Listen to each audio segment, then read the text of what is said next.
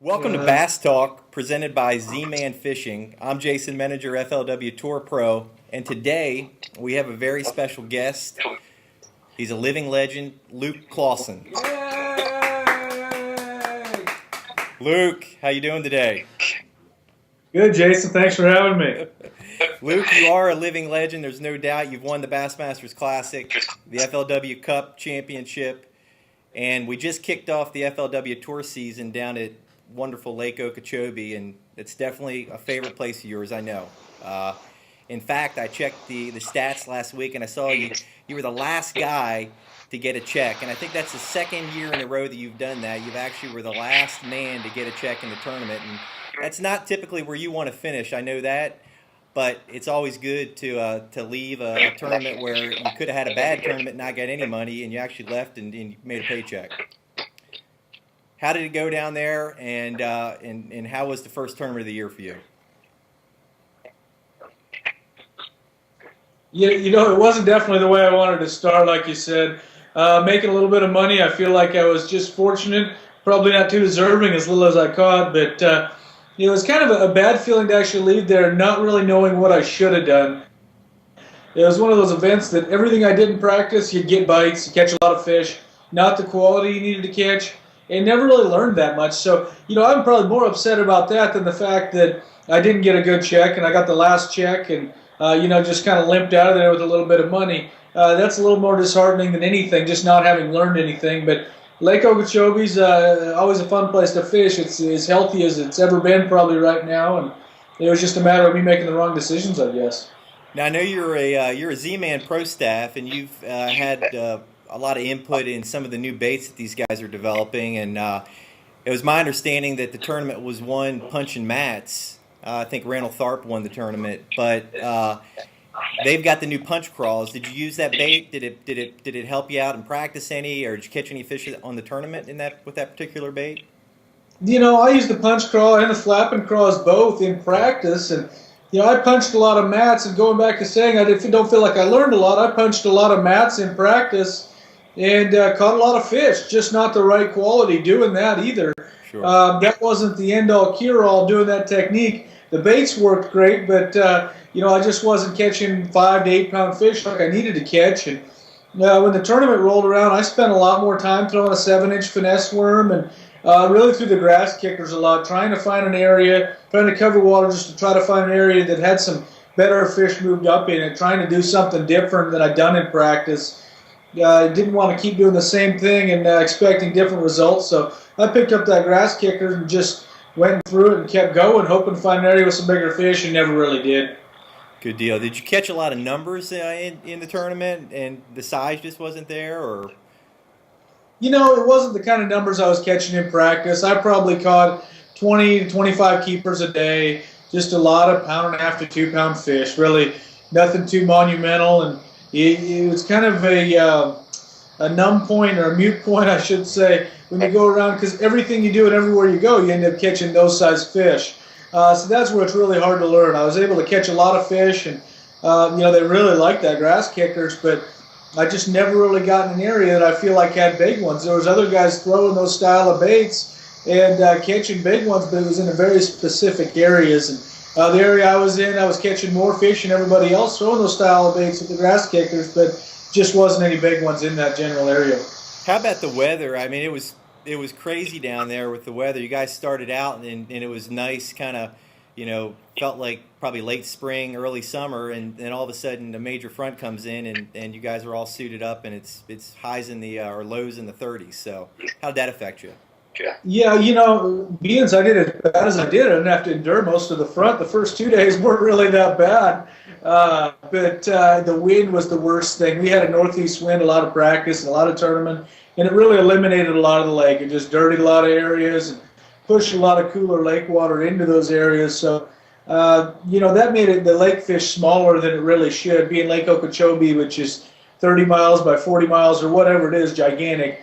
It made the lake fish a lot smaller with that wind. So the weather made things a little bit more challenging, probably as much as anything, just because the number of boats that were piled into the same areas, just because of the lack of fishable water. Sure. So Now we're on to Lake Hartwell, stop number 2. It's actually the first FLW major this year, and we're talking about 2 completely different lakes and 2 different sets of conditions.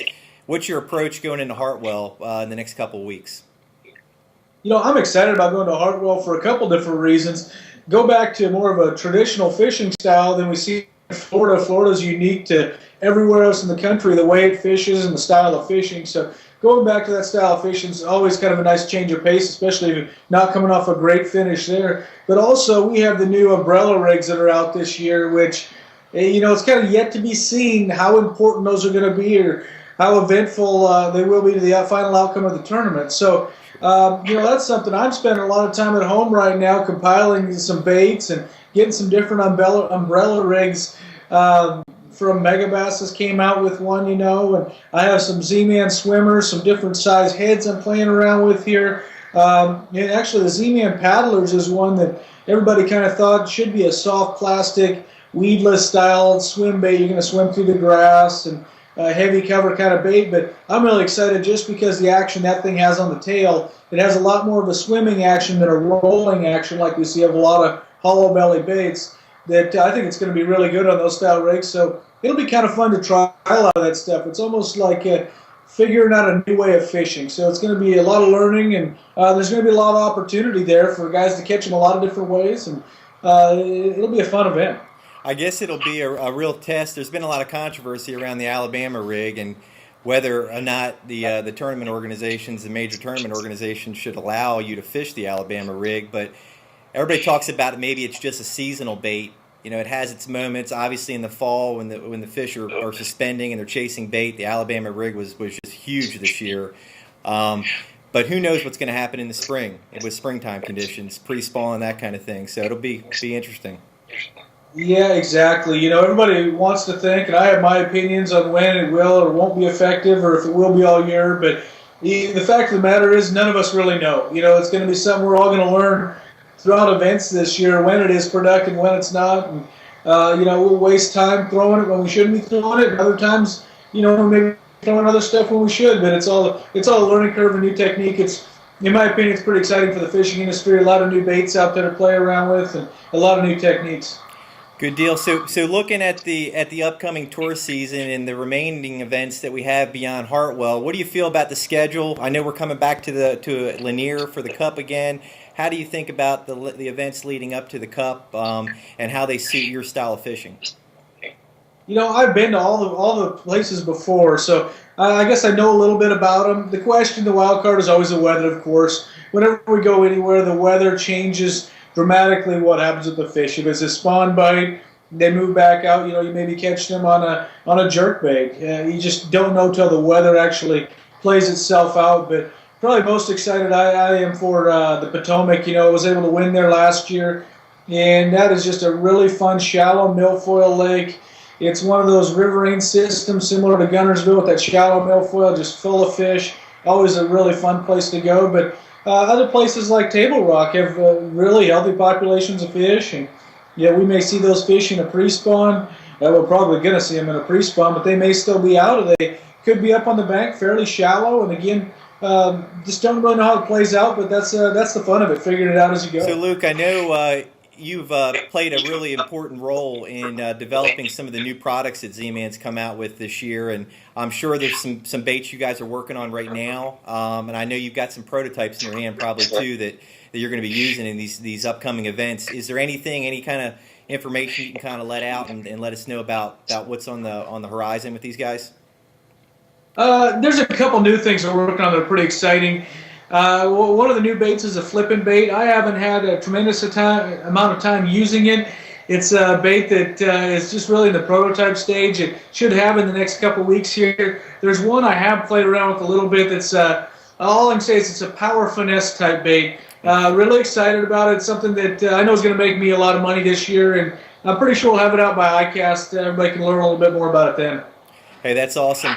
Listen, I really appreciate your time today, and we're going to try to do some more of these Skype-isodes, and we'll catch up with you on the tournament trail. We'll try to talk to you, after practice and just get a little bit of information along the way and kind of keep everybody informed with what it's like to be on tour and be a big-time bass pro like Luke Clausen. Sounds good. Thanks, Jason. Hey, have a great day, Luke. We appreciate it.